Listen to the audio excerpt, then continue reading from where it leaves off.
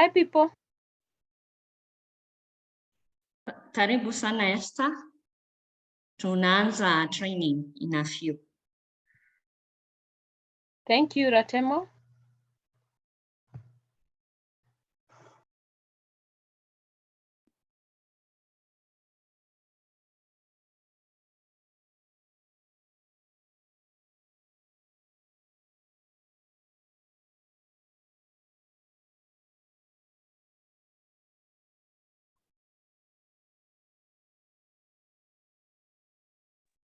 Mr. Nderito, I think we can now start.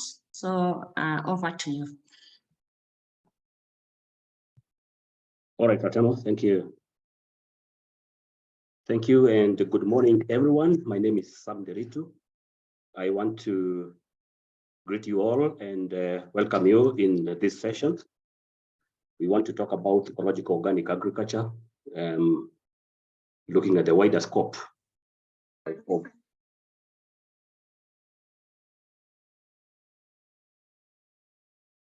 Can you hear me, Ratemo? Yes.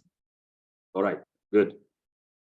So I want to discuss the organic agriculture practice, and I want us to look at module 1 only today, and then maybe later we'll be looking at module 2 as we proceed, and so that we can be able to understand what this is all about. And today we are going to look at the basics, basic lessons of organic agriculture as a practice as a whole. So there are questions that we want to ask ourselves so that we get to understand the basics on ecological organic agriculture. So we are going to ask ourselves question number 1, why organics, or why organic agriculture, or why ecological organic agriculture? Question number 2, we'll ask ourselves, what is the origin and what's the history of ecological organic agriculture? And then we look at the principles and definitions of ecological organic agriculture, and then ecological organic agriculture production systems, and looking at the wider scope. And then, if time allows, we'll look at integrating livestock in organic agriculture. This is a wide topic that sometimes is handled by a colleague, Esther Kirodi or Ferdinand Wafula. So they'll be able to maybe, but today I'll just look at the very basic of it, integrating livestock in organic agriculture. So those are the 5 questions that we're going to answer today.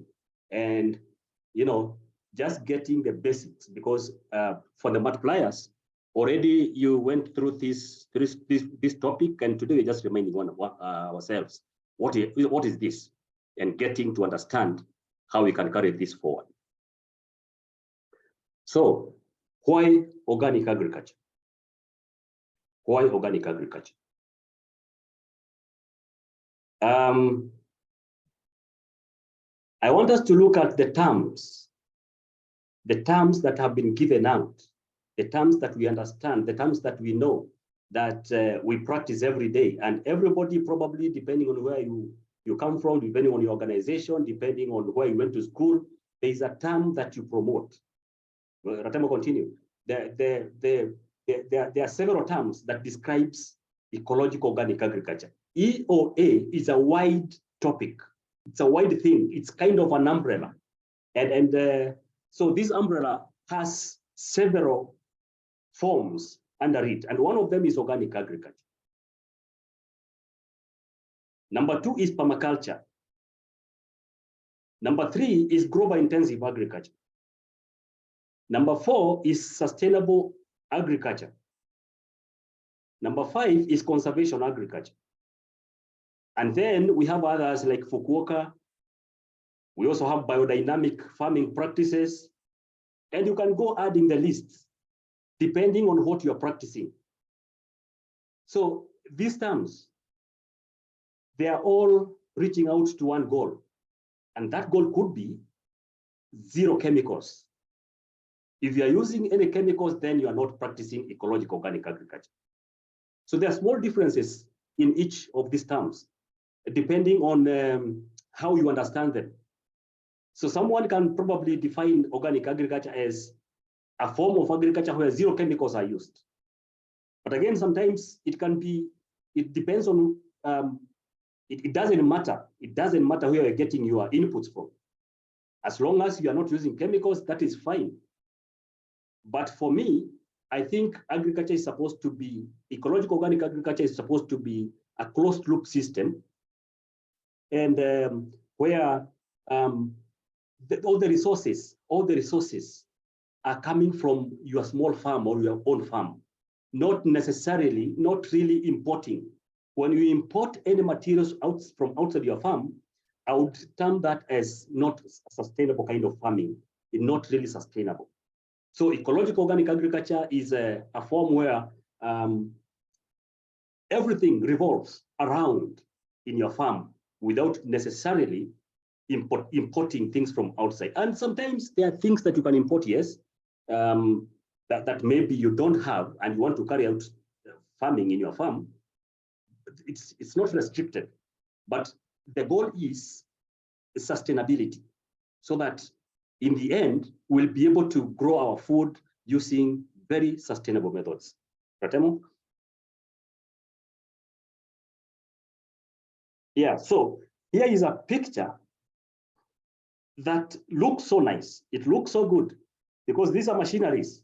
These could be combined harvesters. They might be harvesting wheat or even barley or maize or sorghum, anything. And that's a lot of food that they're harvesting there. But we ask ourselves, what kind of agriculture is this? This could be conventional. And for sure, it is conventional because it's monocropping, number one. Number two, they're using heavy machinery. Number three, they are causing some negative effect in the environment. If you look behind, although they have harvested a lot of food, but behind them, they're living out a desert. So there is a lot of soil erosion going on, wind erosion, carrying out the topsoil and all that. But now we need to think, how do we get the kind of farming that we want? Because this is conventional, where monocropping is practiced. And when we're talking about monocropping, these guys that do big chunks of land, they don't want to see any tree inside the farm because it will distract maybe movement of the machines and all that. So they cut down all the trees, and so that now they'll be able to plant all the crops that they want. I'll give you an example of Del Monte here. Del Monte grows pineapples, and they don't want to see any tree or anything growing inside the farm because now that will distract the production of pineapples. So that's not a good way of producing food. We want sustainability.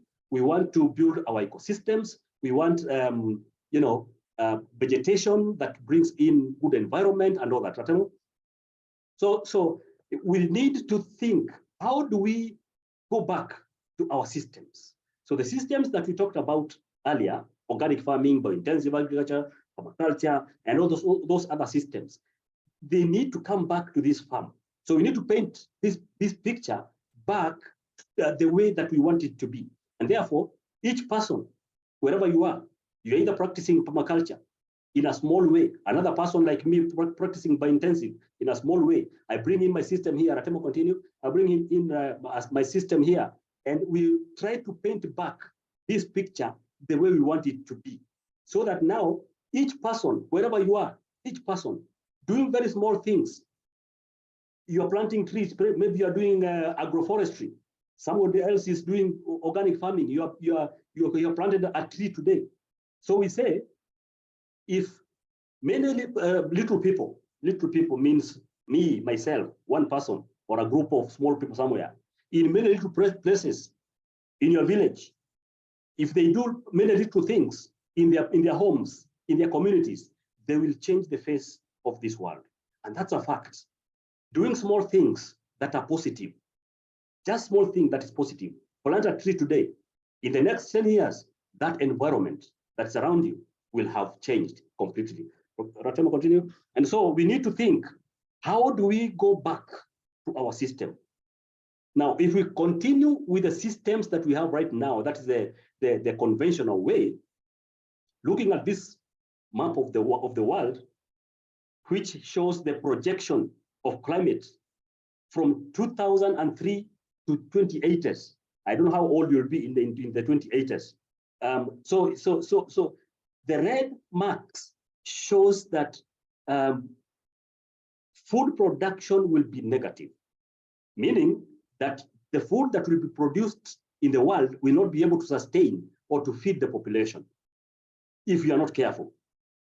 Right now, there are some parts, or then when this data was collected, 2003, there were some places that were harvesting, at least growing a lot of food. Like Kenya was growing a lot of food some years back in the 70s and up to around the 2000s there. Kenya was producing a lot of food, and if I can remember very well, we were feeding even our neighboring countries. Right now, Kenya is fed by the neighboring countries. Why? Because Kenya has embraced so many technologies that are unsustainable, technologies that are not worth for a small-scale farmer. Small-scale farmers in Kenya contribute more than 80% of the food that is produced all over the world. And so if the 80% currently are not able to produce that food that they were producing sometimes back, what is the reason? Yet, we are saying that there are so many technologies that have been brought here in the country. And those are very poor technologies. They are bad technologies, technologies that are not affordable. A small-scale farmer in Kenya cannot afford to buy those fertilizers. They are not affording to buy the seeds. Seeds have become very expensive. So 1 acre of land is not able to feed even a family of 2 because they are not able to produce, because the soil is dead. The soils are completely dead. Continue, Temo, so that I show the picture here of the soils that are there currently in the world. This picture shows the soils that we have. Red again shows very degraded soils. So you can see, and it will continue like that. The red will continue being painted in most parts, and eventually, if we are not careful, the whole world will be red. But there are some parts of the world that are trying. They have some degraded soils. They are not so bad, but of course, they are continuing to be degraded. So very soon they'll be very degraded. There are some stable soils, especially in Northern America and some parts of Europe. And then look at the parts that are without vegetation. So what does this mean? It means that our soils are dying every day. They are dying every day. We are told that 1 acre of land, we are supposed to use 100 kilos of chemical fertilizer. That's maybe phosphates or DAP for planting. Some 10 years back, 1 acre of land would use 1 bag. That's 50 kilos.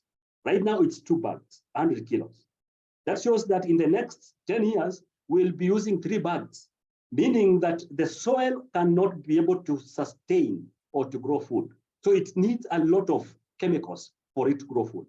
So we need to revert back to the scenario where our food should be grown using natural systems. And for us to grow food using natural systems, we have to grow the soil.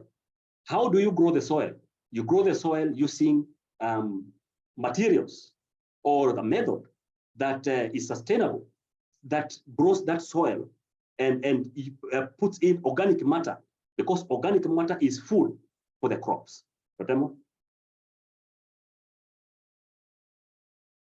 So it's only organic farming that has answers.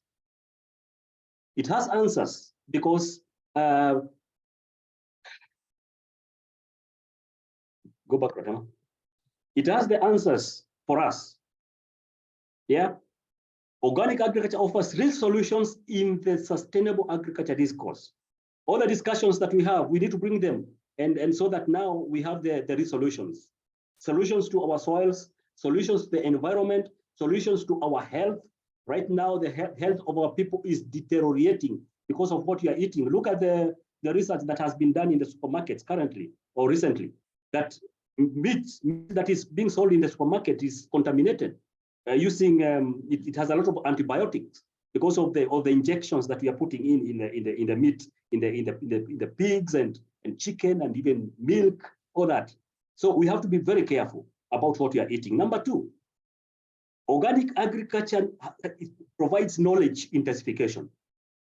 as opposed to conventional, which provides input intensification. So we need to think about, are we into knowledge or are we into inputs? So conventional talks about inputs. Organic talks about knowledge. So choose where to go, inputs or knowledge. Number three, we need to think about paradigm shift. We need to shift our understanding on what we are eating, on what we are growing. We need to shift. You know, we have been brainwashed that it's only chemicals that can grow food. Yet that is not true, because chemicals feed the plant directly, but organics feeds the soil, and then the soil feeds the plant. So choose where you want to go. And then, of course, the world is ready for the answers. The world is looking for what is the answer for us to produce food sustainably. All over the world right now, there are demonstrations going on. The people are demonstrating not because of anything, but because there's no food. Poverty index has gone very high because, you know, poverty number one is lack of food. If you don't have food, then you are a poor person. So we need to think going back to our systems. Ratemo? Number two, let's look briefly at history and who are the pioneers of organic agriculture, the people that not really invented, they never invented, but they documented. Because organic agriculture was practiced many years back by our forefathers. But there are guys that came and said, I have invented. Yeah, they put them in books. That is correct. And they came up with the wording and the terms. That is good. But the real people that invented organic agriculture are our forefathers, because they are the ones that grew food many years back. So we are looking at the people that we can call our giants, in quotes, our giants. But the giants, the real giants, are our forefathers, our grandmothers that gave us the knowledge, indigenous knowledge. Ratemo, continue. So number one, let's look at how food was grown many years back, so that we start saying that these guys invented, or the new agricultural systems. There is evidence 23,000 years back that people did a lot of cultivation. If you read on books or in books, you'll also find out that there was animal husbandry, very good animal husbandry that was done 13,000 years ago. There's also evidence in Mexico where our forefathers grew squash, that is zucchini, 10 years ago. And then there's also evidence that manures were used, and compost, and the ash that we normally produce from our kitchen, that it was used, it's also used some 10,000 years ago. Now, there's this modern narrative that now came to shift our way of producing food, and they called it industrial agriculture. That came just recently in the 20th century. And then there was another one that came in 1940s that we call the Green Revolution. To be precise, this term, Green Revolution, was invented or was coined in 1945 after the Second World War. And that is when the war ended, and they started looking at ways of reusing or converting the chemicals that they used for killing people, now to convert them into agricultural inputs. And those inputs, the major input then, the major chemical then was called arsenic or arsenics. That was the major chemical that was used in war or in producing the arsenals. And so they did research, and they converted the arsenics into agricultural chemicals and all those. And currently, the arsenic is told to be very poisonous. It is very dangerous to use arsenics. But when you go to the agrovets or the shops, you'll still find some chemicals that have been produced using arsenics. Very dangerous. And then there came another technology of genetically modified organisms that came in 1994. But in Kenya, we know that it came in 2007. That's when it was passed in the Kenyan parliament. And so these new technologies and so many others that are coming right now, and they're saying here in Kenya, And that's a term that they are using, that if you conquer Kenya, you have conquered Africa. Because anything that comes new, it has to be tested first in Kenya. So if they conquer here, then it can now start going to other countries. We should resist all these chemicals and these GMOs. Rotemo? So pioneer number one that invented or came up with some terms is called Rudolf Steiner. So if you're talking about ecological organic agriculture and you don't mention Rudolf Steiner, then maybe you're not understanding ecological organic agriculture or organic agriculture so much. So Rudolf Steiner is a pioneer of what we call biodynamic farming. Biodynamic agriculture is a system that uses some of the practices that are very weird, but though they are practical, but they are very weird. If maybe you are told to practice one of them and take it to your farmers might think that you are a witch doctor, because one of them is where you take cow dung, fresh cow dung, you put it in a horn, a cow horn, you fill it in a cow horn, and then you bury it on the ground for about 8 months, and then you get it. It will be very ready for you to use it, and you'll be using some pinch in every plant. But that's a bit weird, though not bad, because if you test that final product, it has a lot of nutrients. Yeah, that is true. But now we are looking at men that invented some of these technologies. So one of them is Rudolf Steiner. Number two, Rotemo.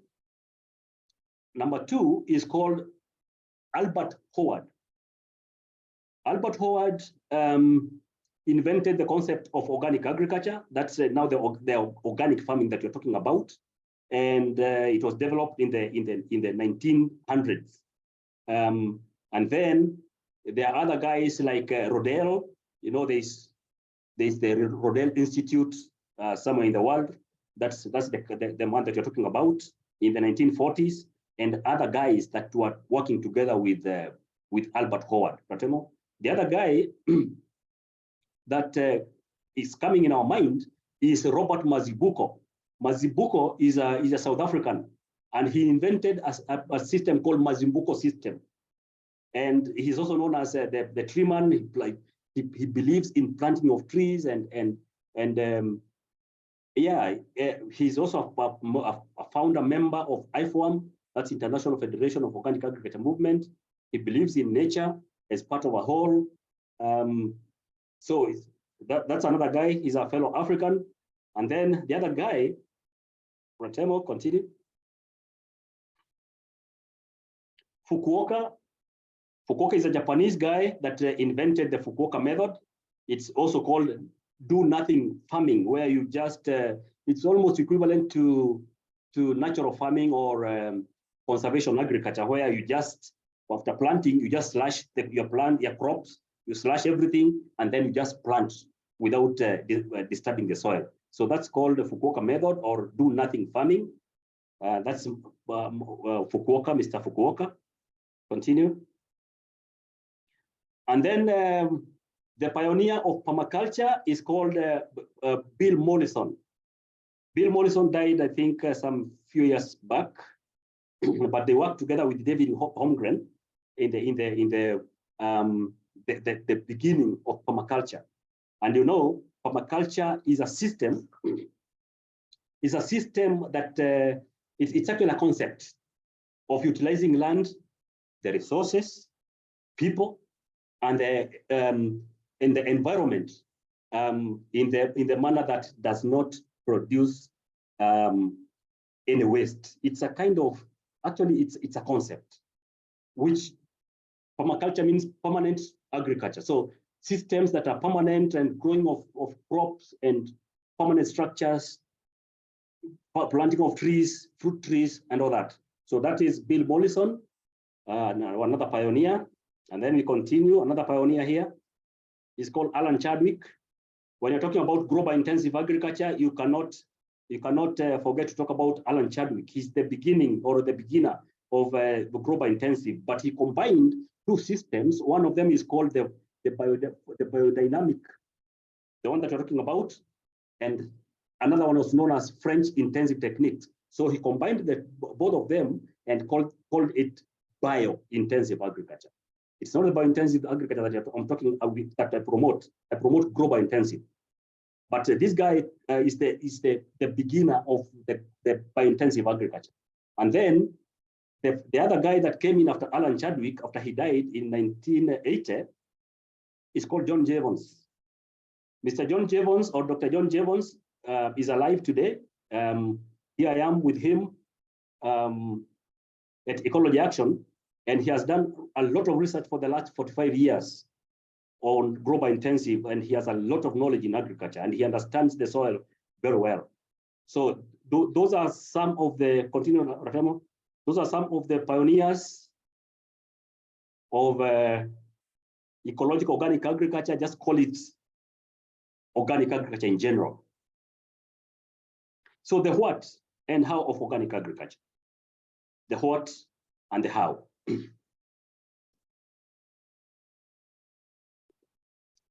Organic agriculture is a production system that sustains the health of the soil, ecosystems, and people.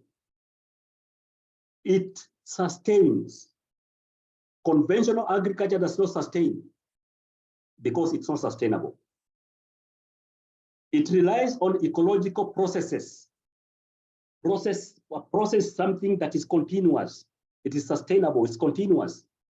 Yeah, of biodiversity and the cycles adapted to local conditions rather than the use of inputs with adverse effects. So in organic agriculture, we talk about knowledge, we talk about skill, and the way people that say that agriculture is labor intensive or organic agriculture is labor intensive. For me, organic agriculture is skill intensive. It is knowledge intensive. It is not labor intensive. So you have to have a lot of skills for you to carry out your organic agriculture. And then organic agriculture combines tradition, innovation, and science. So without talking about tradition and then putting in elements of innovation and putting elements of science, then you are not talking about organic agriculture, because it has to combine our ancestral way of farming, indigenous knowledge, bring in some innovations in it, and then bring in science. You'll be good to go. Yeah, so those are some of the facts about organic agriculture. So there are 4 principles that governs organic agriculture, 4 principles. The principle of health, the principle of ecology, principle of fairness, and the principle of care. Organic agriculture should sustain and enhance the health of the soil, health of the plants, health of the animals, the humans, the planet as a whole. That's the principle of health. It has to sustain and enhance the health of everything. That's the ecosystem. The ecosystem. Ecosystem means the relationship of everything that we can see with our eyes. Principle of ecology. Organic agriculture should be based on living ecological systems and cycles. Work with them, emulate them, and help sustain them. If you don't emulate nature, you will be killing nature. And nature will be very furious on you. And that's why right now nature is furious on us. It's raining so heavily in some areas. And because the land is bare, it is carrying people, it's carrying animals, because there are no trees to hold that water. In some areas, the rain is not there, totally. There's no rain.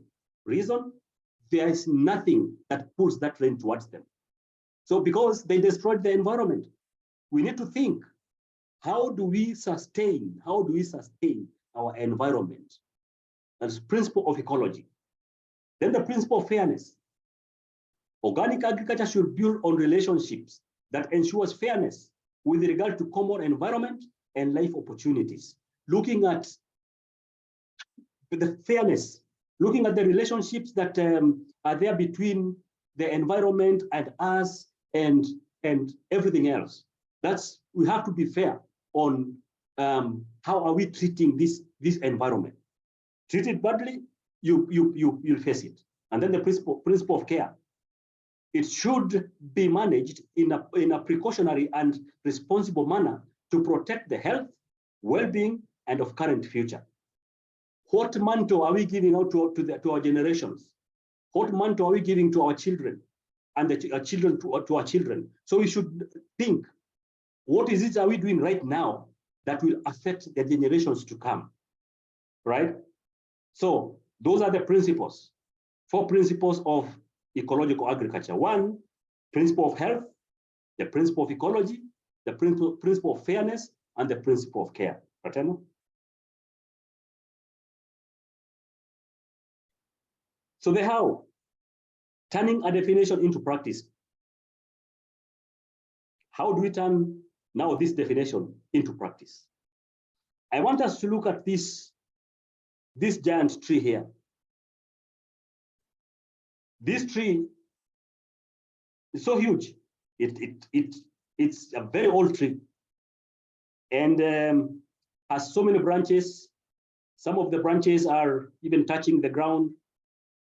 Some are flowering up there. And for me, if I'm told to write something about this tree, I would say that the trunk is the ecological organic agriculture. That trunk that holds other branches is the ecological organic agriculture. And then the branches are our practices. If you cut those branches, this tree won't grow. If you remove the branches and destroy them, that tree will be useless, or the trunk will be useless. It will just be there. The tree will not cool the earth because you have removed the branches. Photosynthesis will not take place. The rain will not come because you have cut down the branches. Therefore, we need to understand the practices that we are carrying out so that we don't destroy the environment. So the trunk is the EOA, ecological organic agriculture, which holds everything else on top there. So we should practice whatever that we believe in sustainably and cautiously. Ratem?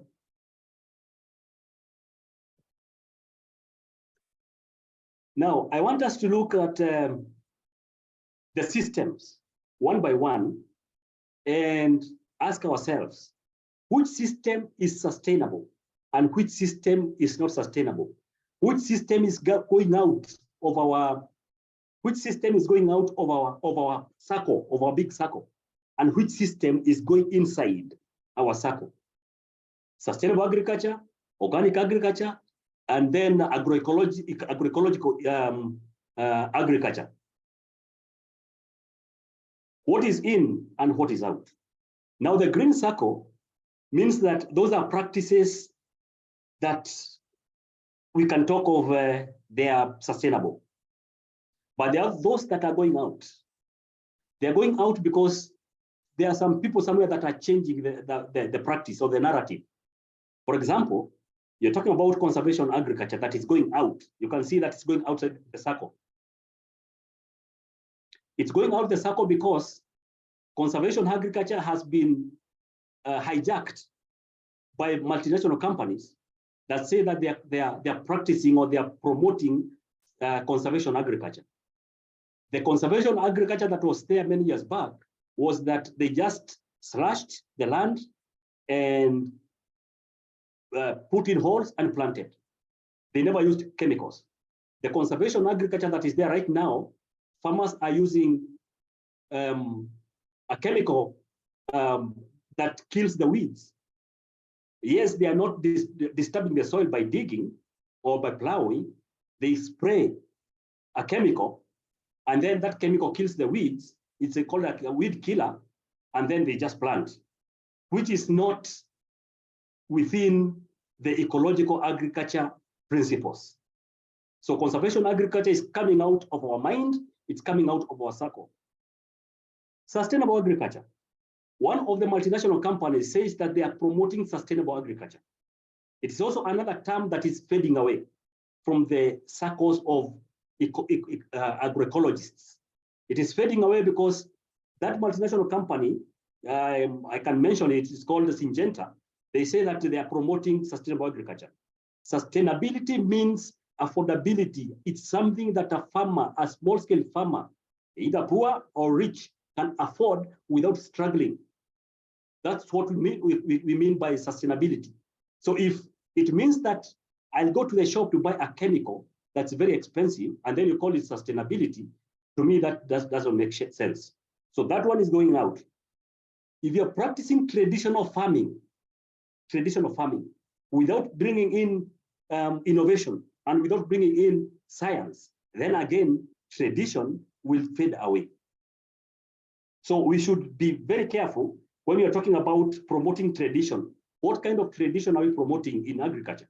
So it has to be tradition that has some innovation in it and has some little science in it. Low external inputs, it's also kind of getting out of the circle, and sustainable agriculture is kind of fading away because they are bringing in elements of synthetics in low inputs, saying that use a little chemical in your farm, and then you'll not be in danger. As long as you're not using chemicals, then again you are not part of the green circle.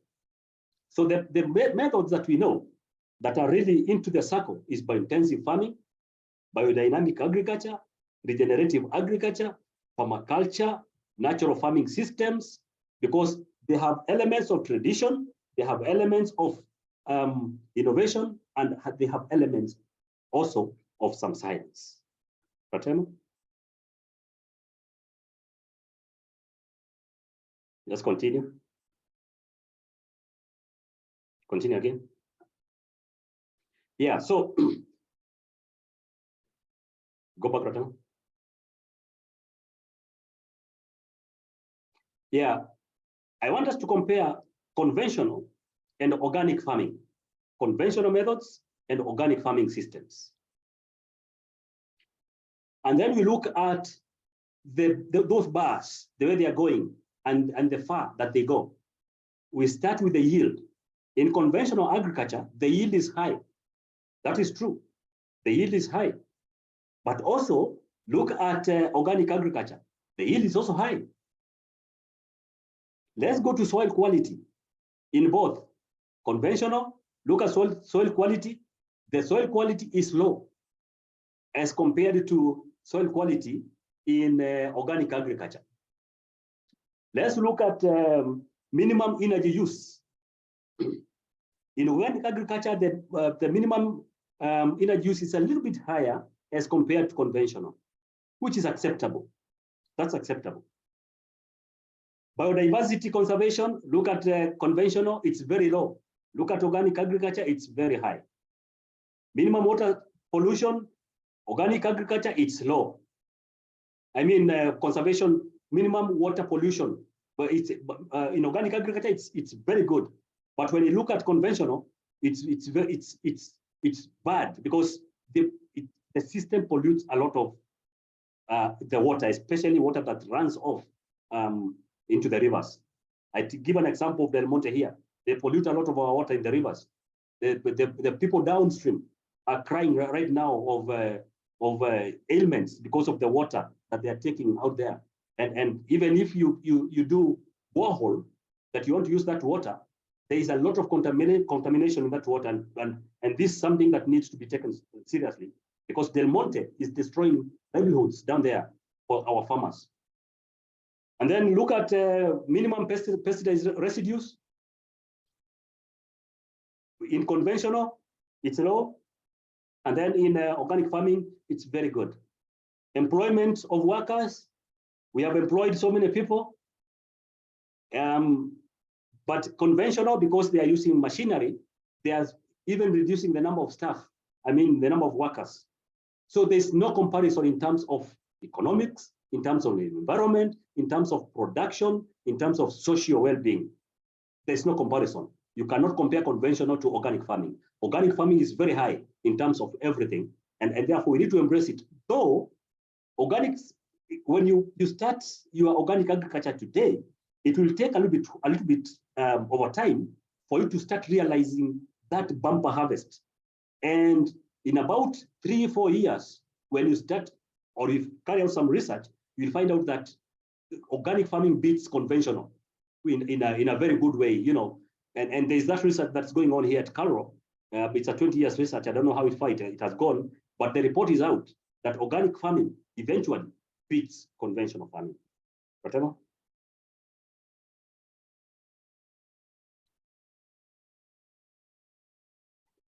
That's supposed to be group work, but let's continue. Let's go to the next slide. Yeah.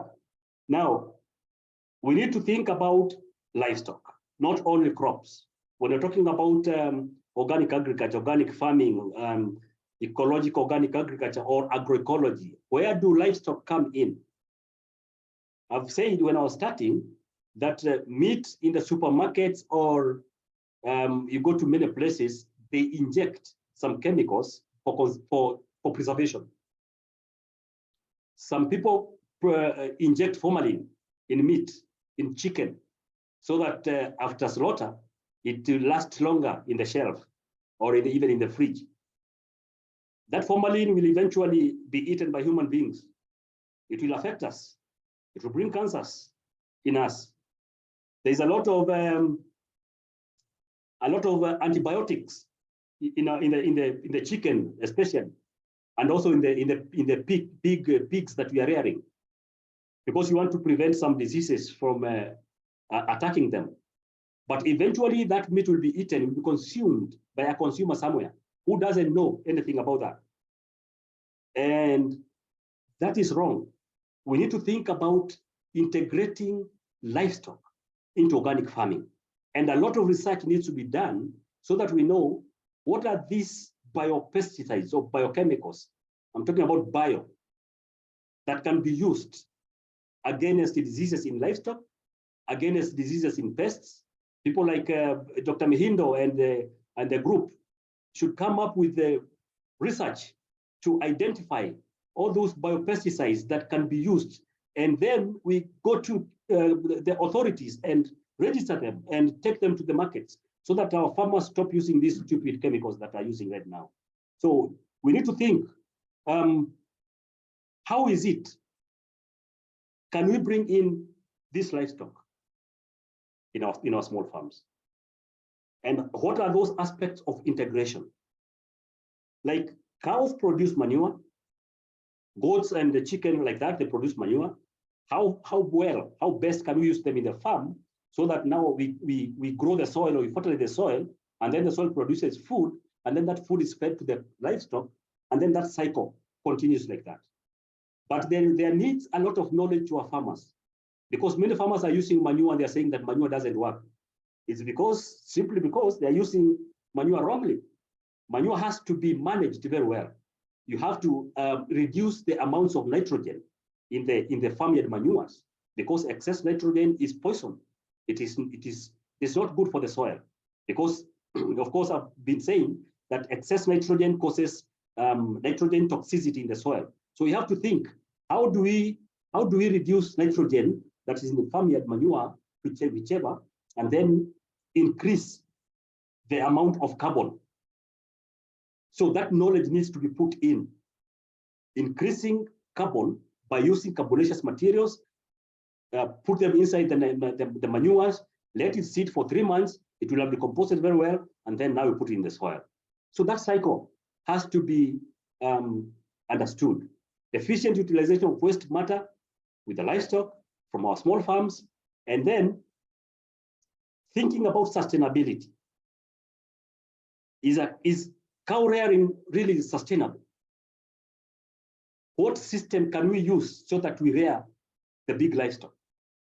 For me, if you are not able to produce pastures for your own or for your own animal, then that's not sustainable. If you be buying pastures from outside, you buy hay or you buy other feeds, then that is not sustainable. You need to grow your own pastures so that you start saying that you're carrying out organic agriculture in your livestock, because you don't know that hay, that the way it was produced. You don't know the feeds that are coming out there, the chemicals that have been used, so that you come and feed your livestock. So you have to think, what is it that you're feeding your livestock with? Whatever. Yeah, manure is gold. Manure is gold. And the people that would be thinking that they would ban the use of manure from our farmers, that's a lie, because look at this, manure is gold. We need to only understand how to use it so that it fertilizes our soils, so that we grow our soils. I think I'm coming to the end of the presentation, Ratemo. Let me see.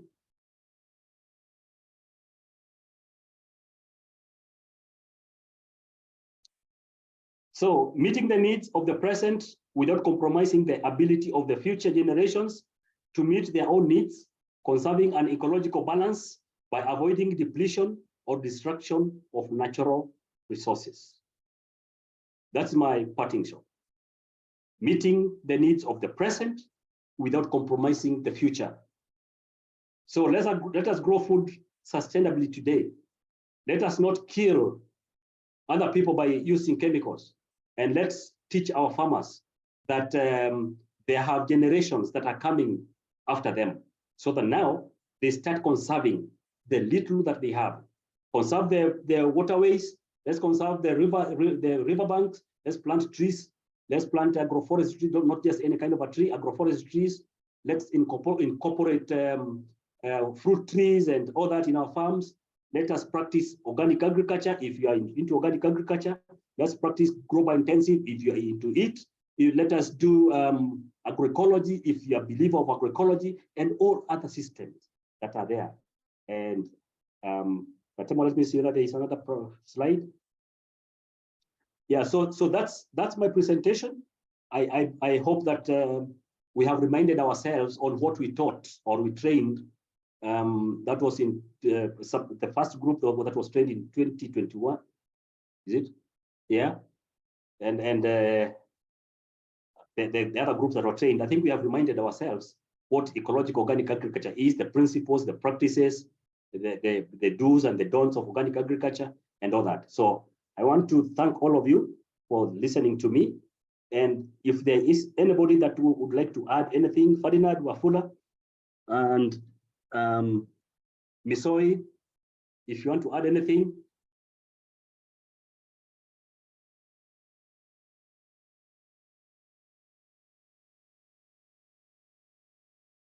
Yeah, thanks.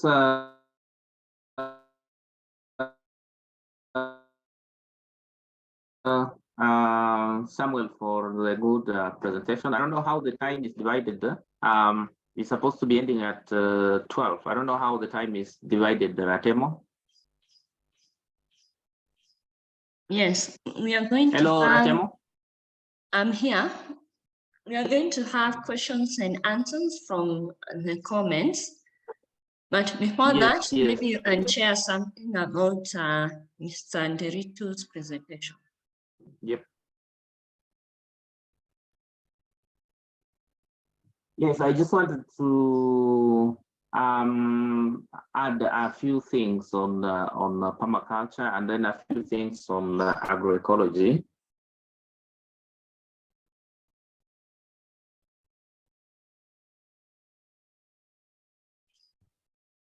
Hello, Ratemo, maybe just a 2 minutes break so that I can be able to get what I had on my computer. I was connected on Facebook, but I think this is a better link because we can communicate.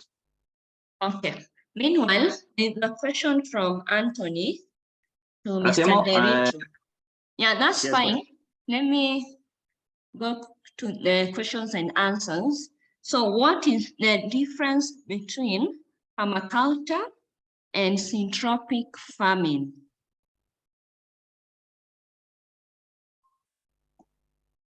Yes, Mr. Nderitu. If you will respond to Anthony, he had that question on the chat. What is the difference between permaculture and syntropic farming? Syntropic. syntropic. As I said, permaculture is a concept of utilizing land, the resource, people, and the environment in the production of food in a manner that you produce zero waste, or there is very little waste that that is remaining. I'm not understanding the word syntropic. Maybe I can ask one of can ask Ferdinand if you're there, or Somebody else to answer syntropic? Okay, I can say, can you hear me? Yes, continue. Yes, permaculture is about design. It's a design system which is based on the placement of elements, diverse functions, and connectivity.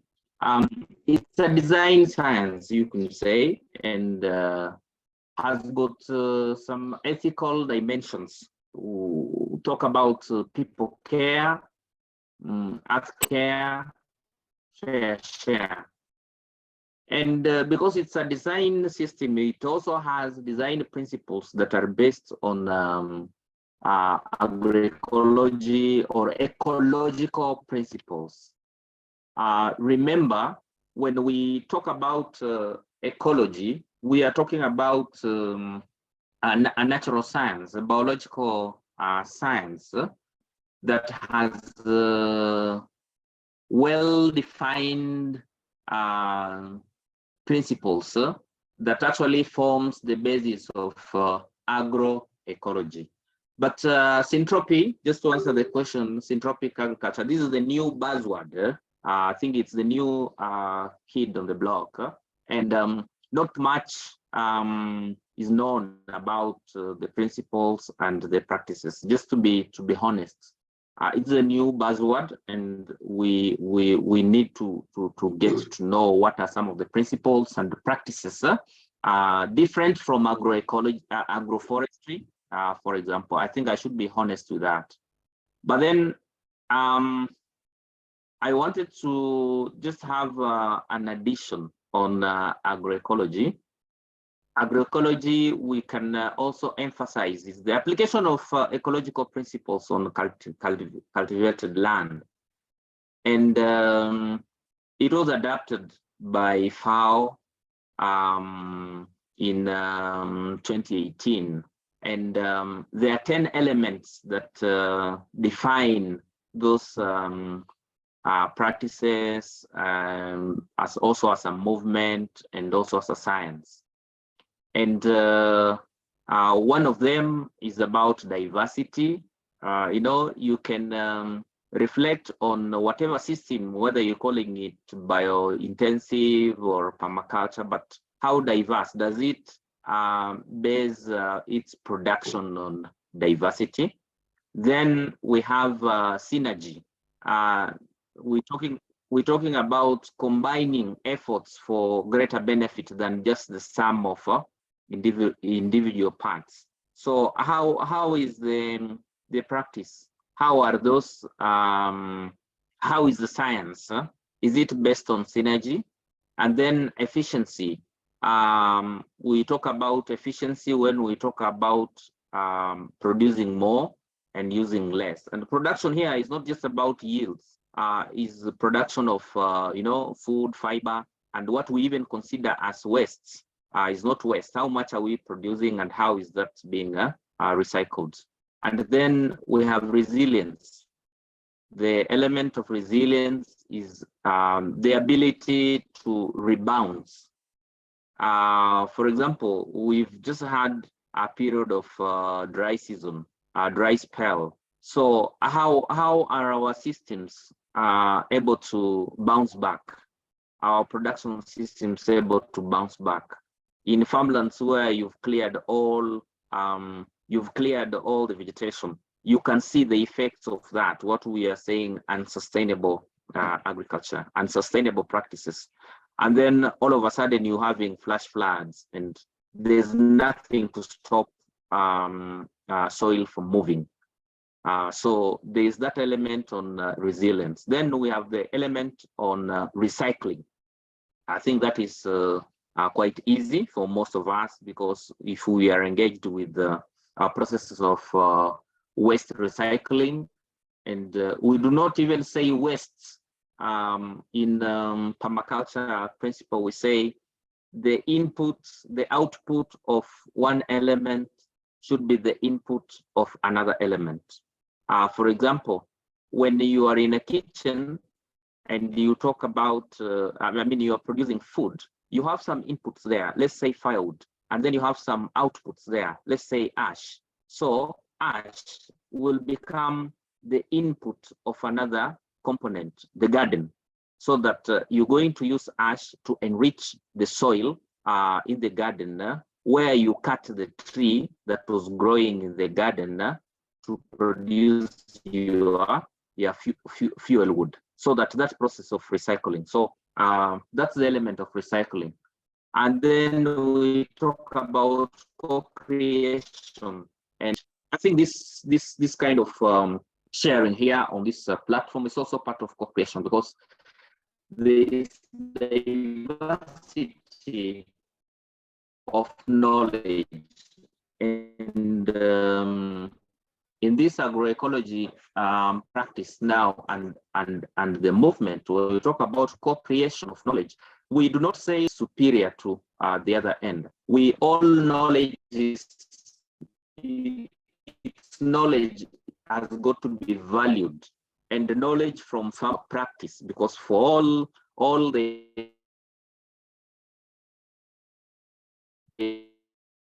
years they have farmed in their own particular location, they are more knowledge on the cycles there, the type of crops grown there, and how they are using those crops, and the preferences, and all the experience related to the systems there, so that that knowledge is valid. And we sometimes ask, when we're looking at these elements, when will even scientists or even development workers be informed by the practices that farmers have confidence in? So co-creation and sharing of knowledge is important. Next, we have human and social values. I think every society, every community has got certain social values and that are human. And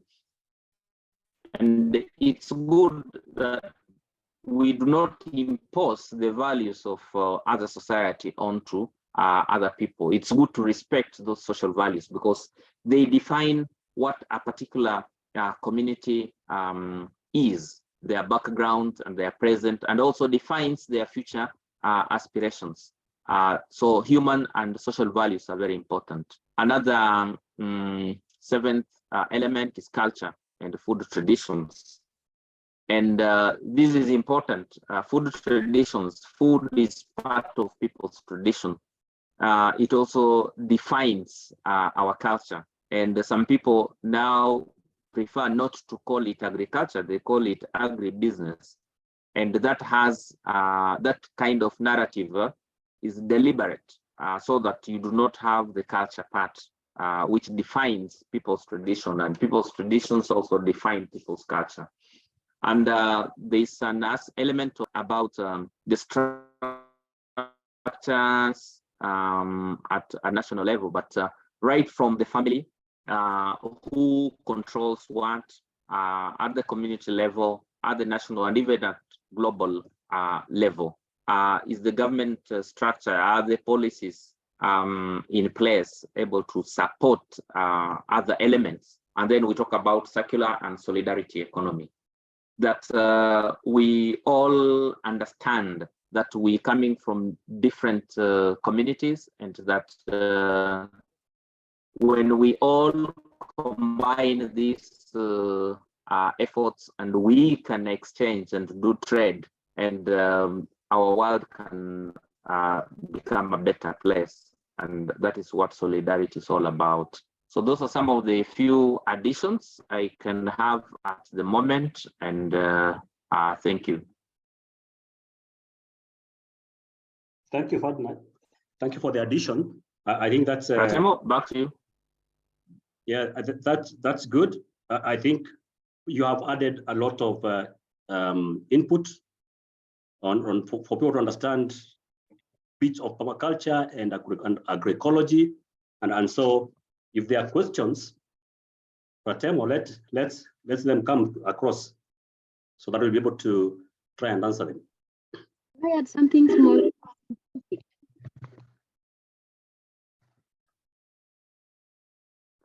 Esther?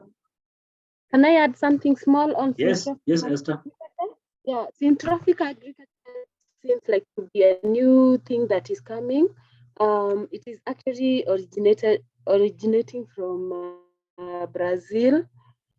Brazil is known to be a country that has really done a lot of degradation of the forest. They cut a lot of trees, many things for even export. So there is this one person, he's called Thionga, who has come up with this saying of reforesting the planet. And so he has come up with that scientific kind of farming where they are creating forests even at their garden level, ensure that they reclaim back. It is like reforestation. This we have some principles like keep the soil cover, maximize photosynthesis, natural succession. Like, for example, when we are talking about natural succession, you see the way we say in permaculture, we have things that are on the ground, the cover crop, the others are middle level. I don't know, food forest. I don't know whether we know about the concept of the food forest where it is naturally growing, nobody is sharing with them, but the main aim is to ensure that that area is well covered with a lot of biodiversity in terms of soil, microorganisms, and also in terms of plants. So in this case, for syntrophic, they are trying to restore natural forest. And I don't know whether you have heard about carbon kind of farming. I believe Kenya, we have been told about carbon farming, where you grow trees and you are given some carbon credit. So that is the way the syntrophic kind of farming is headed. The restoration of natural agriculture, natural forests, and natural way of life. It is not actually different from what we do. Apart from now, with organic farming, we do physical cultivation, but with them they don't. It is more of kitu tunaita God's way of farming or permaculture. Yeah, thank you. Thank you, Esther. I think there are so many terms depending on the persons that are inventing, or I mean, you can come up with any, even your term, and you can call a system simply because there is some slight difference in what is known and what you want to invent, and call it a name. I think all these terms are, the practice is the same, apart from a few elements here and there that's different from the other. Like when you talk about global intensive, you're talking about producing food from a very small area in a closed loop system that is geared towards maximizing the production. So it depends on a term. You can invent your term today and publish it, and you'll be saying that you are the inventor of that practice. So, but I think everything is geared towards environmental conservation. It's geared towards zero chemical use, geared towards zero wastes, and all that. Other questions, Ratemo? Yes, there is a question from Anne.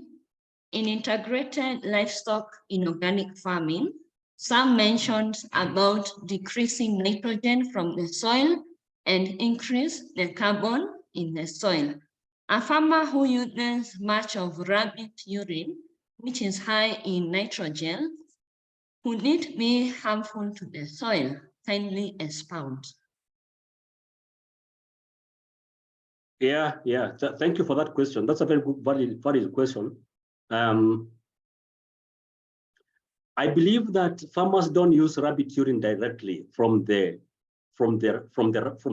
the one that has been dropped right now. The best way of using rabbit urine is to ferment it first. It is fermented for more than 21 days. The more it stays, the better, because the more it stays, the microbes are growing in that liquid.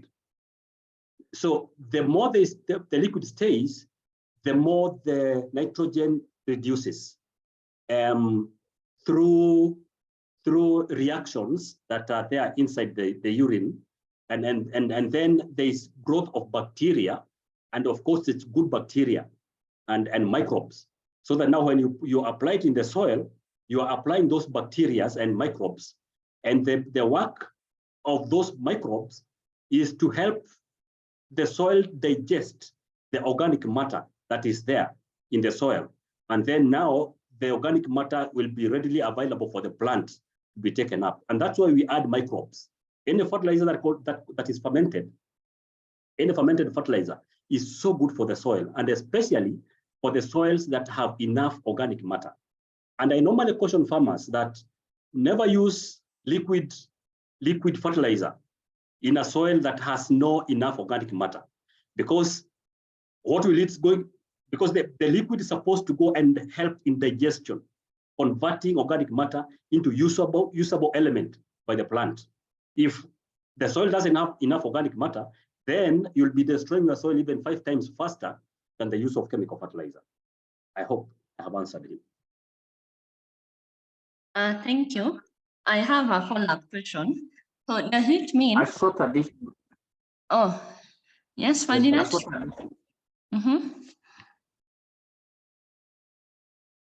Maybe Yes, bring that follow-up answer first. I just had a short addition on that. If the follow-up question is related, you can pause it. Yes. Raise it before maybe I make that addition, so that Okay. maybe there won't be a Yeah. Now, since most of our farmers have small livestock and they also do crops, is it wise to apply direct? You have mentioned about rabbit urine. What about the other form of, like for example, poultry, for example, animal dung? Does it mean it has to ferment first and then you apply it to your soil? That's just a follow-up question from my side. Yeah, and that's it's good, and I think what would be good to also consider when we're talking about the soil and fertilization, which will be our next topic. But what I would add is that from the first question and even from the second one, I was saying whether adding too much urine is good or bad. First of all, the nitrogen content in urine as an element is volatile.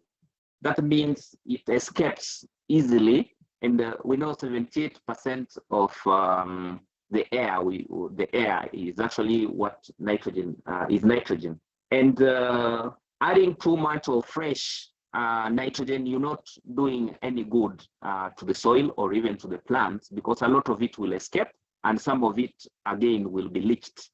Remember, the problem we are having with the synthetic fertilizers, so the problem is that many of them are soluble, so they will leach and they will have no effect on the plants. And why we insist that you have to do composting is that the process of breaking down creates a balance, and that the optimum, there is usually what we call the carbon nitrogen ratio, which is the ideal one is 25:1. So that when you are having too much nitrogen, then the very little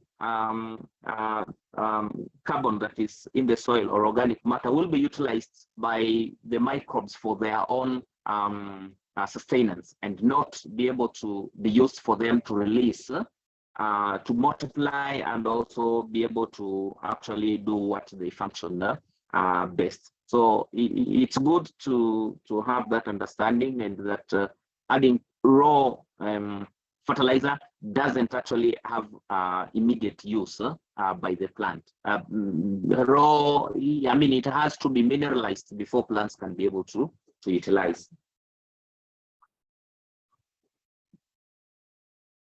I'm done. All right. And so with manures, somebody is asking, can they use the manures fresh? No. Farmers should be taught that using fresh manures is useless because the nutrients are not yet available to be taken up by the plants. And therefore, the manures should be decomposted first, and they are fully cured for about 3 months. And then after that, farmers can use the cured manure. But at the same time, farmed manure the way it is, without adding carbon in it, again, is not a very good idea. And that's why Fadna is talking about the CN ratio, carbon-nitrogen ratio, has to be balanced in the way that carbon has to be very high as compared to nitrogen. And therefore, how do you do that? And maybe it's cow dung. So you have to accumulate cow dung in somewhere in a corner or under the shade where it's not rained on, or it's not hit by the sun directly. And then you add in other materials, carbonaceous materials. When you're talking about carbonaceous materials, you're talking about mature materials. Mature materials are plant materials that have already flowered or they have been harvested. Those are carbonaceous materials. So you add in inside the cow dung or the chicken waste, or maybe it could be grasses or leaves, and then they decompose together. And then for about 3 months, 4 months, your manure is ready for use. And that will be of much help to the soil rather than using fresh cow dung, which will not help the plant at all. Thank you. There's a comment from Wellington that permaculture is a nature way of farming, while syntropic farming method is the intensive form of agroforestry. Just a comment from Wellington about the discussion.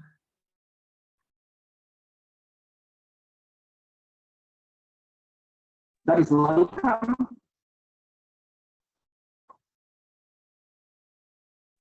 If you have any questions, continue posting in the chat. I have a question to Mr. Derito. And I saw the difference between organic and conventional. So how do we approach farmers so that they convert to organic? Because we saw that they both have benefits, but of course, organic is more natural, does not have any effect on the environment. How can you advise multipliers to approach farmers who are already doing conventional to convert to organic? Thank you. Thank you, Ratemo. That's a good question that is coming out, and it has always come out in most of the workshops that I've been doing, because there are farmers that are diehards of chemical or conventional. But of course, when they start learning about organic agriculture, they want to start converting their land into organic. If some soil has really gotten used to chemicals, the chances are that that soil is quite acidic. When you're talking about acidity of the soil, it could be from 5 and below. That you can say that soil is acidic. And therefore, you need to raise that soil to more than 5 to 6, 7, and up to 8 probably, so that now we can start talking of good soils. So if a farmer today wakes up and says, I've gone organic immediately, and I've stopped using chemicals or chemical fertilizers or synthetics, and then they start using manure today, they'll produce very little food.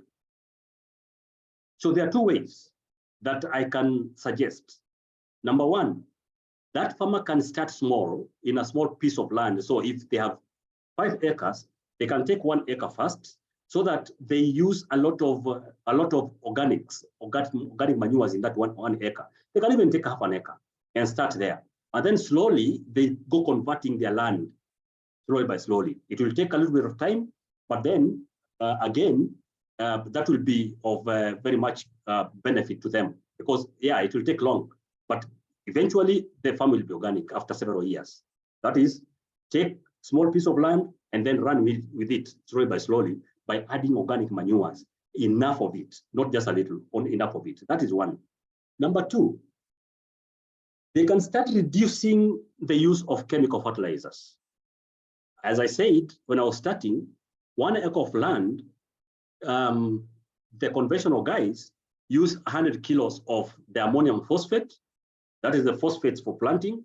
And then when it's come to top dressing, they use another 100 kilos per acre. So, right now, it could be more than that because the soils are quite acidic.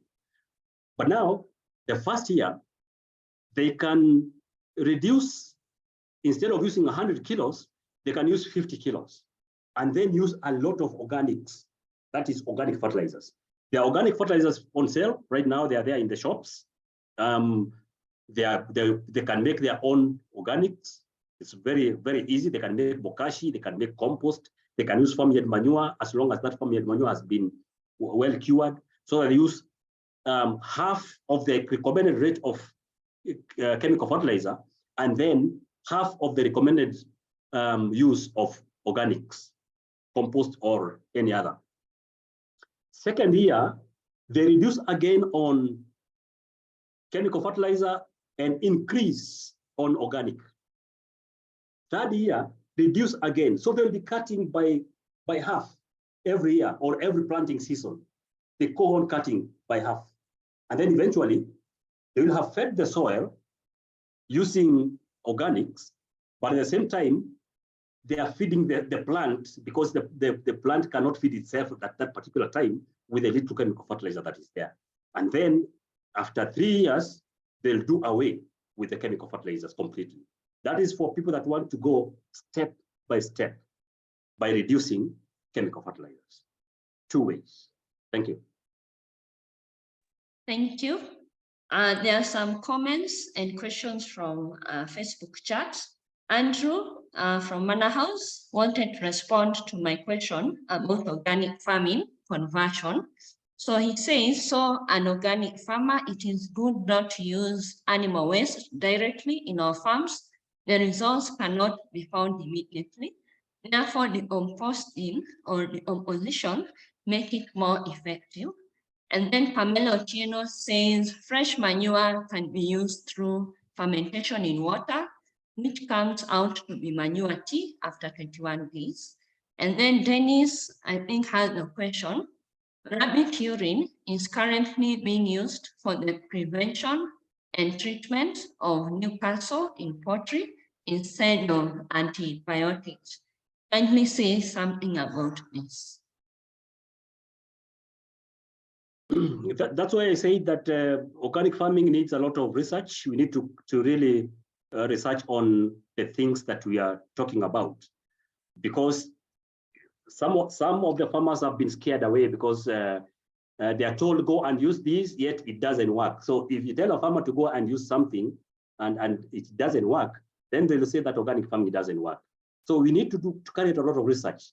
Whenever you have something, let us not take it to the farmers first before we research on it and carry out thorough research. And then now we can recommend it to other people. That's my answer to that. I have not used urine for the treatment of Newcastle. Maybe that's a new research question that we can jump into. Thank you for your response. I think what we are going to do, we're going to reach out to ICIPE and find out whether they have research about rabbit urine and treatment of Newcastle. So, Mr. Nderitu, I have another question. Now, in terms of extension work, you know, we have different farmers from different agroecological zones.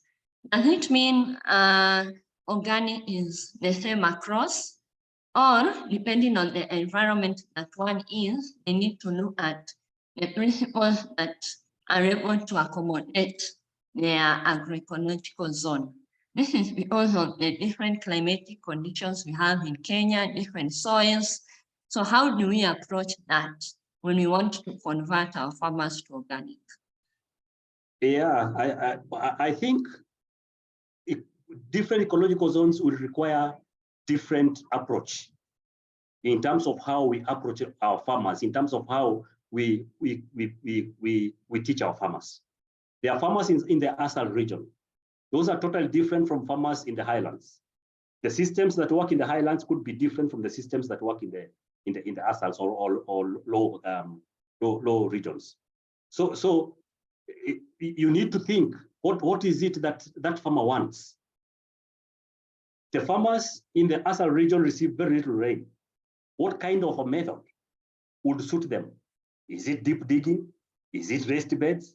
Is it sunken beds? So it depends on that extension officer that is in the ASAL region, and also the person that is in the highland. The person in the highland, of course, cannot promote, say, sunken beds, because that will be, when it rains, the water will fill in that hole. Yeah. So it depends on where that person is coming from, and the different, and the needs of the farmers. And of course, when we are teaching farmers, we don't go and just teaching them. If they have to give us, they give us what's their need, what's the training need that they have. So you start from what they need, and then you bring in other elements slowly. But if you come in with your knowledge and give it to the farmers, yet that is not what they wanted, then it would be a waste of time. So it's always good for us to gather the farmers and ask them, what is the need here? What is the need? And then what are the resources that you have? So that you can identify the resources that they have, and then now bring in what they're calling the need. You will find out that they have everything that they needed in their community. So it depends on how you approach those farmers. Thank you for your response. There's a question from Carol. Please explain how or why the residue of biogas is used directly on crops. I repeat, please explain how or why the residue of biogas is used directly on crops. Slurry, that's residues from biogas, is used directly. I would recommend using slurry in fruit trees, in bananas, in napier grass. Those are the perennials. So those are the ones that I would recommend the using of slurry, because those plants are long-term. So even if you apply slurry in napier grass, it will take long there. Still, eventually it will be used by that plant. But using slurry in maize, it will not help it. Slurry has already fermented in the unit, in the combustion unit. It has already fermented. So there are bacteria. There are those good bacteria that have been created, that have grown, and then now they are taken to the soil, which is not so bad. For me, that's not bad. But I would recommend that if that slurry can come out of the chamber, and then there is a hole somewhere that it's poured in that hole, and then it stays there longer again, and then use it in the farm, that would be a bit better, other than just taking it directly and taking it in the soil. That won't help it so much. But with the fruit trees and the other trees and napier grass and maybe a sugarcane and all those, that is fine. They can be used. Thank you. We have another question from Charles. It is somehow confusing, whereby some farmers are talking about bokashi being the best than any other manure. How can you address such issue for clarity among small-scale farmers? Bokashi means fermented fertilizer. That's a Japanese word, and it's a very good fertilizer. It's a very good amending agent. Bokashi is specifically for amending the soil. Amending means improving or bringing back. You're bringing back the nutrients, maybe that have gotten lost. It will work so well if you have used compost.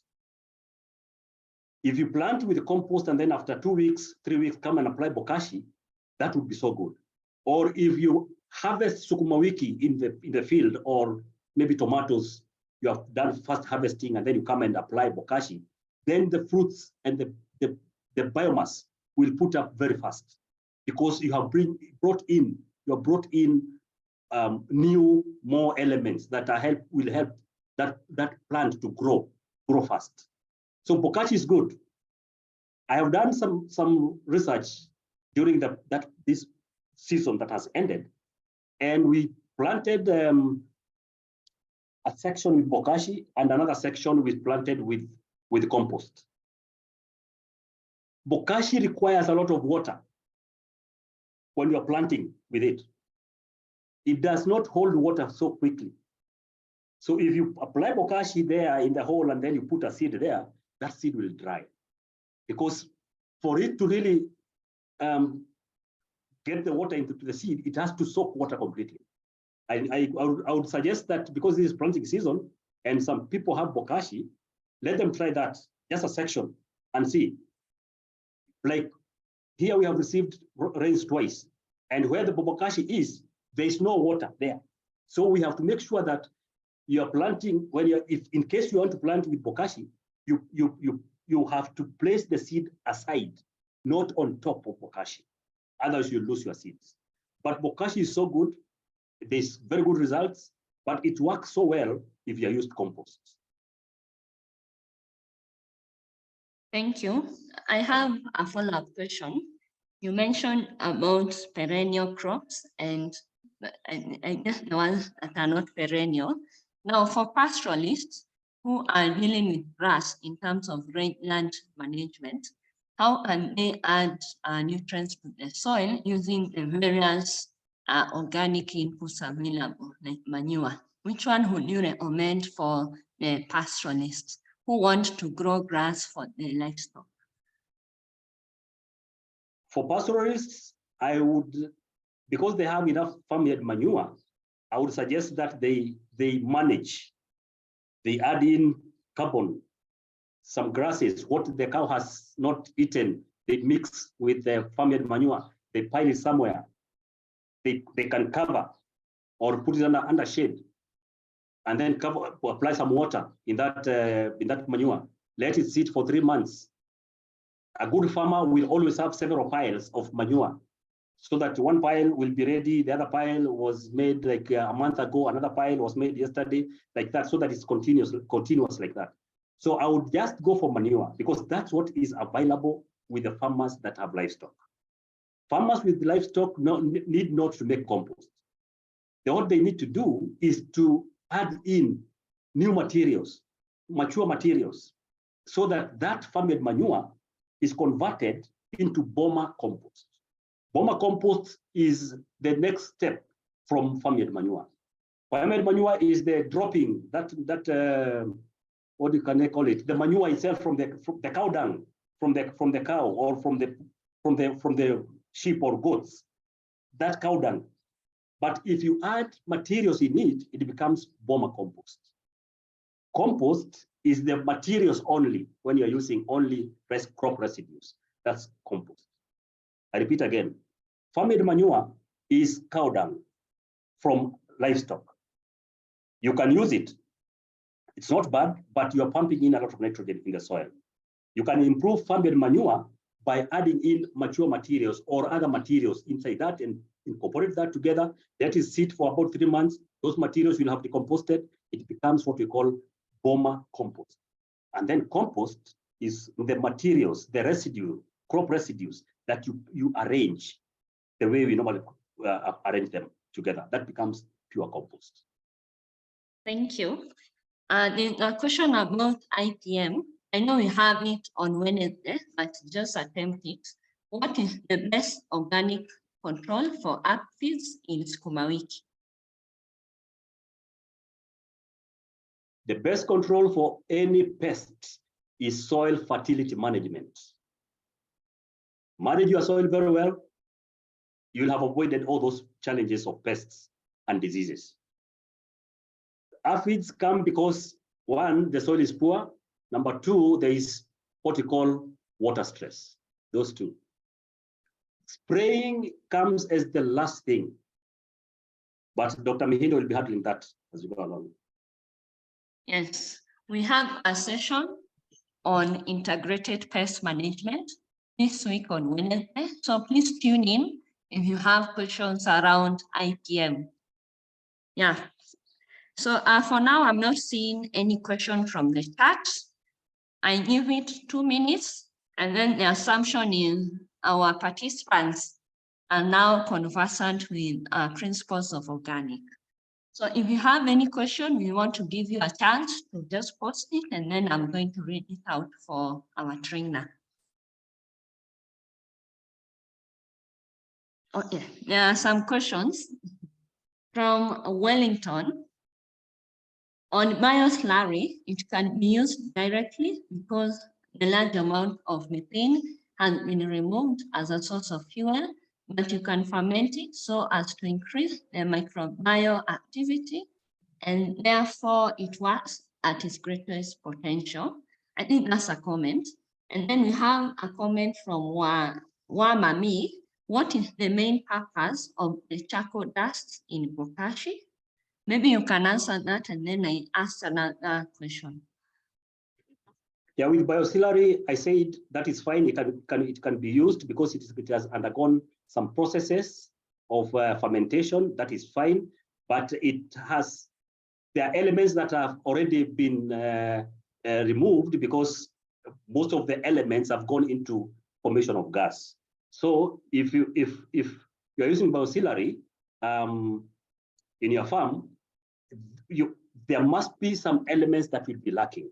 So you have to be sure. But at the same time, a good farmer will always test their soils. Let us encourage farmers to test their soils so that they understand what is it that they want to put in the soil. Sometimes you just apply compost in the soil or manures in the soil just for nothing. It is good to test the soil first before you think of the kind of fertilizer that you're putting in. The main purpose of charcoal dust in Bokashi is that you want to enrich that fertilizer so that it has many elements or complete elements. So one of the purposes is one to help in bringing in an element called potash, and then number two, charcoal dust will help in holding water. Once now Bokashi has held water, it will not release that water quickly. So that's another purpose of charcoal dust. Thank you. There are several questions, so I'm going to ask and then you respond, and then I go to the next. So is there any standard measurement to determine the quality of manure? Because nowadays farmers are encountering various manure brands. To me, this can lead to confusions where the farmers are tempted to try each brand, leading to unsustainability. That's from Charles Oduor.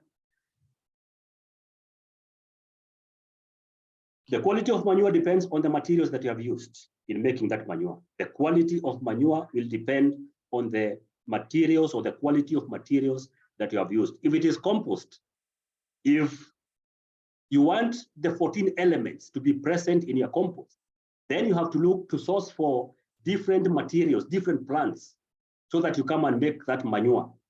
Because every plant different plants pulls different nutrients from the soil. And so when you add in those different materials in the compost, then it means that you have added in different nutrients in that pile. And that's why farm-made manure, which has a lot of nitrogen, has to be managed so that you add in some other elements. And that's what I'm saying, that farmers that have cows, you don't need to make compost, but you need to improve the farm-made manure by bringing in, adding some grasses, some leaves, all those residues, plant residues, and then you let it sit, cover it, but make sure that it's not anaerobic. Don't cover everything. the best compost is aerobic decomposition. Yeah, so that now you enrich your manure. So, and again, you can test that manure. You can take it for test so that you understand what does it contain. Thank you. We have a question from Slow Food Kenya.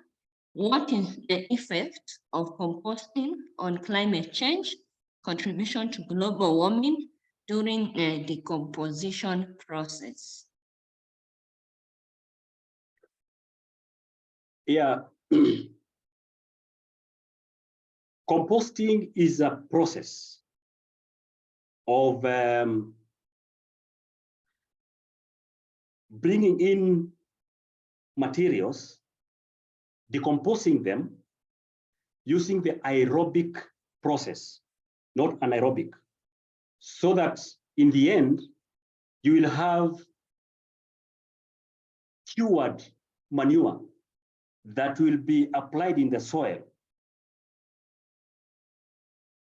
Materials that make compost, most of them are called carbon materials or carbon crops. Carbon crops are crops that trap carbon that is in the air.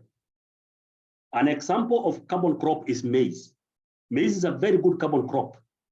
If you grow your maize using organic methods, and then it has pulled in the carbon that is in the air, which you don't need in the atmosphere, and then you harvest that maize, of course, you'll eat the cob or the maize, and then the stock has a lot of carbon, and then now you decompose it, you will have helped into reduction of that carbon that is in the atmosphere, because you have decomposed the materials, and then you have taken carbon to its home. The home of carbon is not in the atmosphere, but it's in the soil. So that's one perfect example that I can give out on how compost or manures help in the climate change and you know, all the effects of greenhouse gases. Thank you. Yeah. So the other crops like sorghum is also a very good carbon crop. There is another crop we call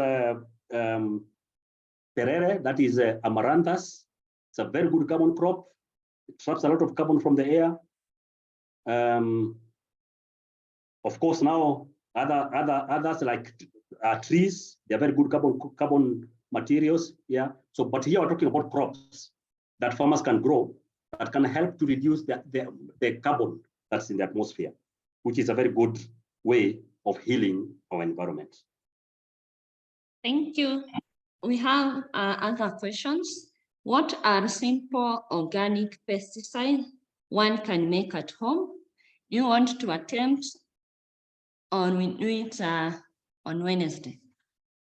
Again, I will still go back, Ratemo, and tell them that it is good to practice IPM. It is very good.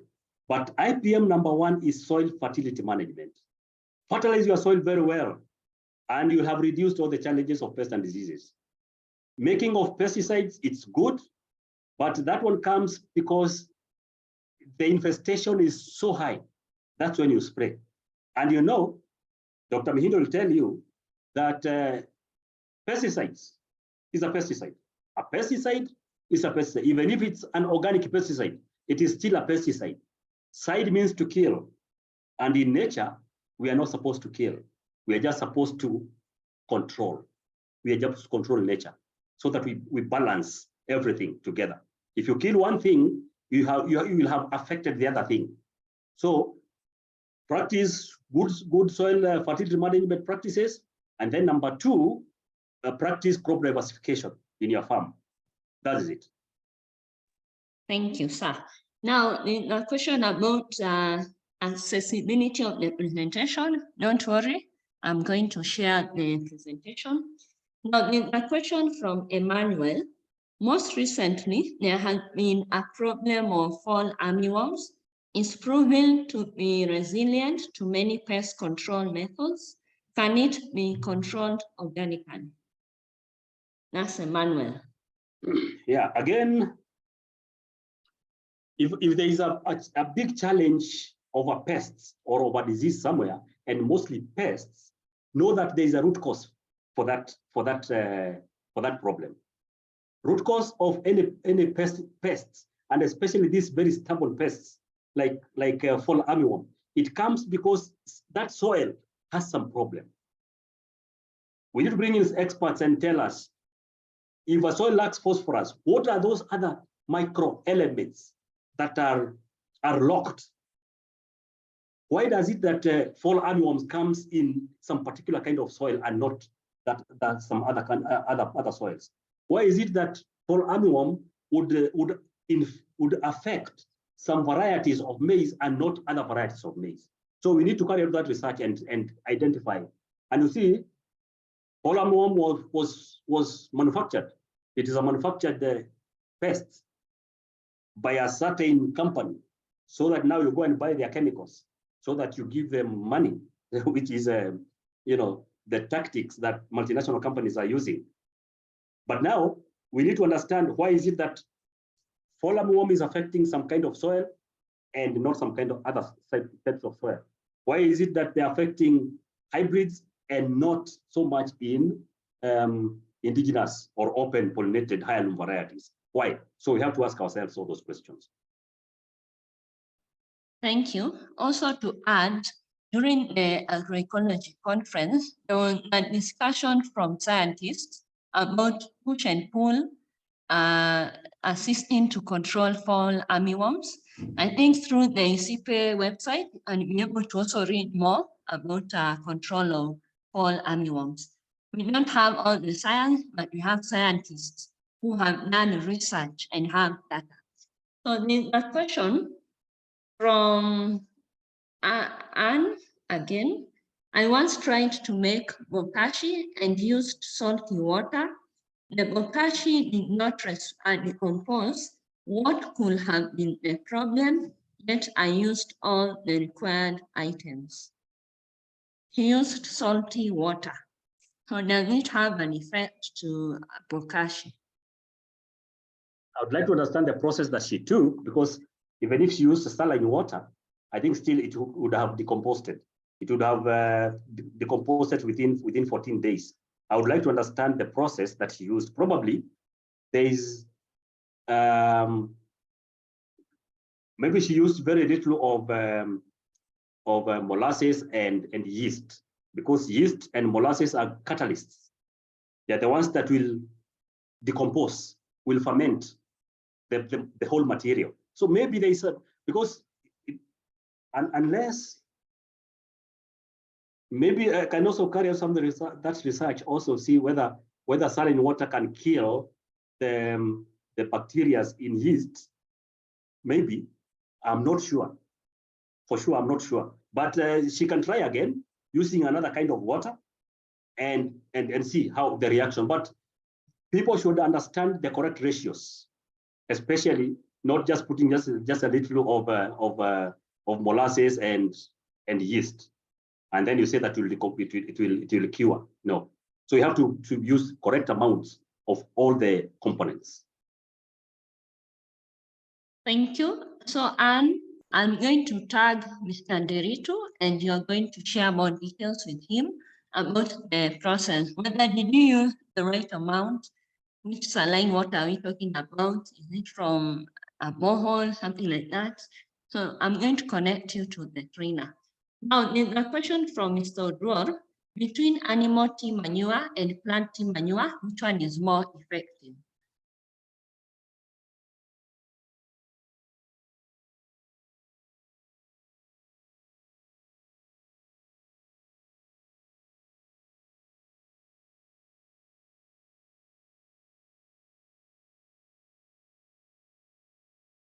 Hello?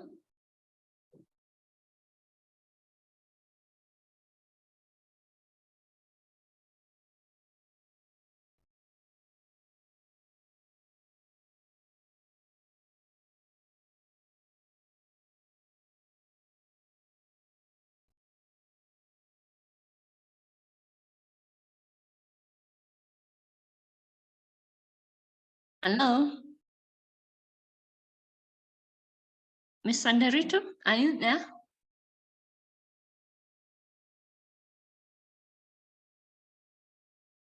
Hello? We are now back. I asked a question about between animal tea manure and plant tea manure, which one is more effective? A question from Mr. Oduor. Atemo? Yes? Yeah, thank you. Mm. It depends on what you want to get from the tea. If you want potassium materials, potassium is very free. Free for more than 21 days, and then that liquid rich in potassium. If you Tithomasifolia for more than 21 days, the better. What you get from is nitrogen. If you want, you look for amines that are rich in that element. Family manure. So when you that is rich in nitrogen. So all of them are equal, they work the same. What that you want. Combination of, yeah.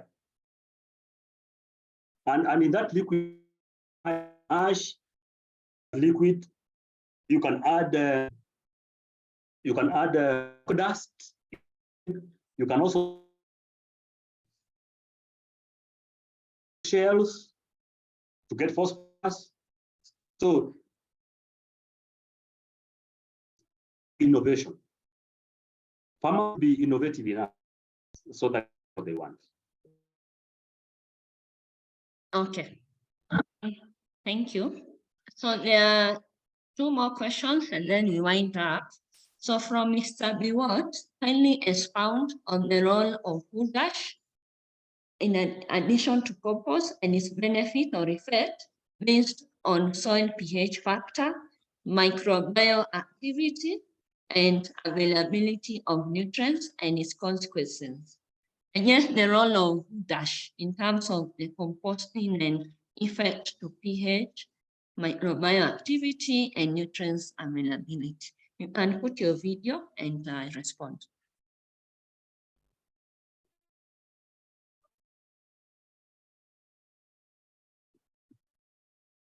You cannot start your video because the host has it. Put it on, please.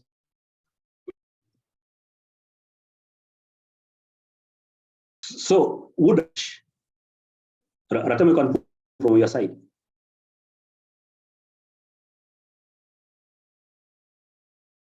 So wood ash is good because it contains ash and it is in nature. I repeat, it contains ash and it is in nature. So I advise you apply wood ash because wood ash is equivalent to lime. Before you apply wood ash in your soil, your compost, please test the soil first. Because if soil is alkaline, maybe it's even neutral 7 or it is 7.5, and then apply more alkaline, your soil becomes alkaline. To 14, that's so useless. It is just 1 and 5. That's so useless. So that you test your soil before you apply sprinkling in your soil. But soils that are acidic, ash is so you can use your compost so that you can leave it in your bokashi, you can apply it in your and then it all apply in your soil. So the take home here is test your soil first. Level of your pH, the level of acidity and alkalinity of your soil. Thank you. We have a question from Judy. Can blight be managed organically? Again? Can blight, I think tomato blight, can it be managed organically? It's breaking. I don't know that it's. Let me post it. Let me post it on the chat so that you read it. Can be managed? I've posted on the chat. Or can blight be managed organically? Yes.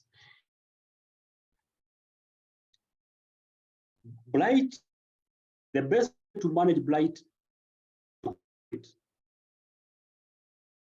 you cannot cure organically, and controlling blight from the nursery. So there are elements that might be of like milk. You dilute and then you sleep overnight. It holds some cream, and then you put it in a milk, and then you that milk will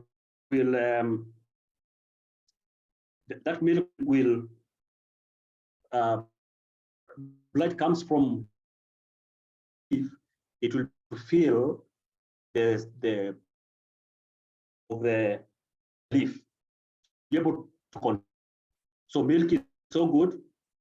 Sometimes we use baking powder, because baking powder is a area. So we can use that. A lot of control, but a healthy plant will avoid all those kinds of.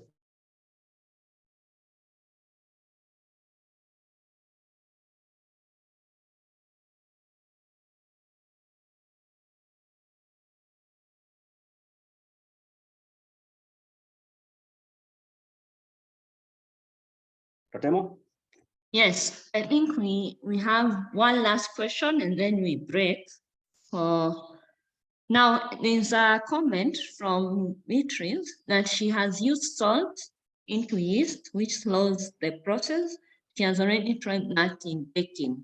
I think she was just giving her comment in terms of salt. So she has used it with yeast to slow the process. All right. That's another research that you can carry out. Yes. Now we have come to the end of our online refresher, day 1, but the conversation continues. Mr. Derich is also on Facebook. I'm going to tag him so that whatever questions you have, you can still continue to ask. So thank you so much for joining our live stream. See you tomorrow from 10 as we handle soil management by Madam Grace Misoi from Eldoret. So see you tomorrow. Thank you for your time and have a good day. Maybe Derich, you can say a parting shot and then we stop the live. Yeah, thank you. Thank you, Ratemo, for that opportunity to speak to Kenyans and speak to the world and give out my 5 cents knowledge that I have.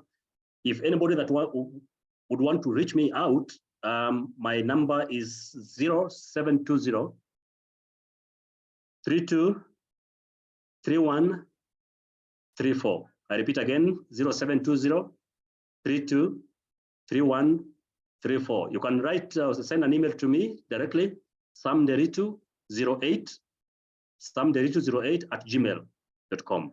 Thank you so much. Let's help our farmers to grow food organically. Let us help Kenyans to be sustainable. Thank you.